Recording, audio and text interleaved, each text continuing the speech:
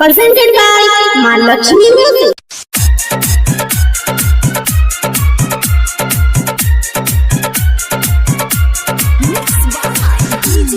Mahalakshmi recording studio Baheri.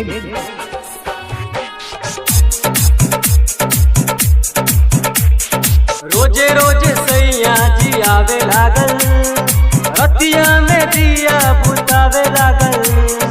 रोजे रोजे सैया जी आवे लागल, रतिया में दिया बुतावे लागल। सटाई के पलंग मारेला बलम, सटाई के पलंग मारेला बलम, सटाई के पलंग मारेला। रोजे रोजे सैया जी आवे लागल, रतिया में दिया बुतावे लागल।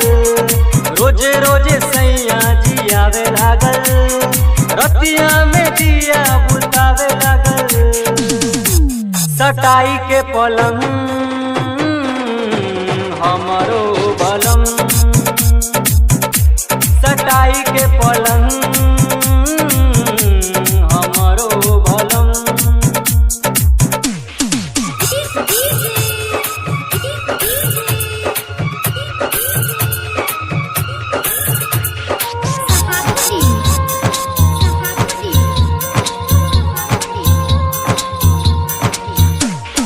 चढ़ली जवनिया बुखाइल बा, मनवा हमर पगलाइल बा।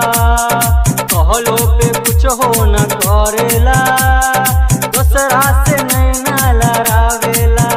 बुझे हमरो ना बात, सुते दोसरा के साथ। जल्दी आवे न हाथ, कुछो भइले न रात। धीरे धीरे हाथ घुसियावे लागल, दहिया हमर गुदगुदावे लागल। धीरे धीरे हाथ घुसियावे लागल, दहिया हमर गुदगुदावे लागल। दावेला दुनु बम रे सखिया हमरो बलम, सटाई के पलंग सुन सखिया हमरो बलम।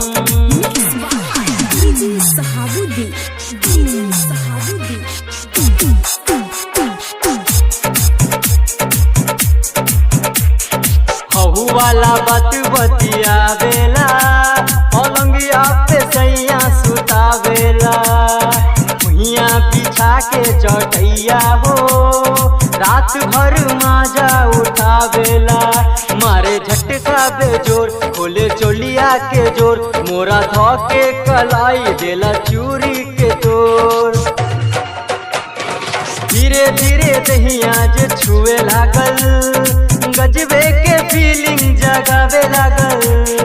धीरे धीरे दहिया जे छुए लागल, गजबे के फीलिंग जगावे लागल। सटाई के पलंग रे सखिया हमरो बलम, दावेला दुनु बम सखी रे हमरो बलम।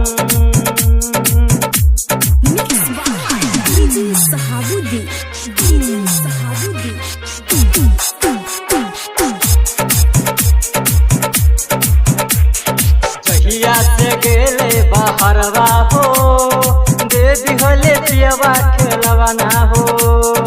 एको दिन यादो न आवेला, सैया जी हमरा बुलावेला। राइटरी से सजाद कैले दोसरा के साथ, सुनी तहरुन बलम तनी कहरी शरम। मंतोष मुकेश हुमुचावे लागल, गजबे के चीजे देखावे लागल। मंतोष मुकेश हुमुचावे लागल, गजबे के चीजे देखावे लागल। सटाई के पलंग सखी रे हमरो बलम,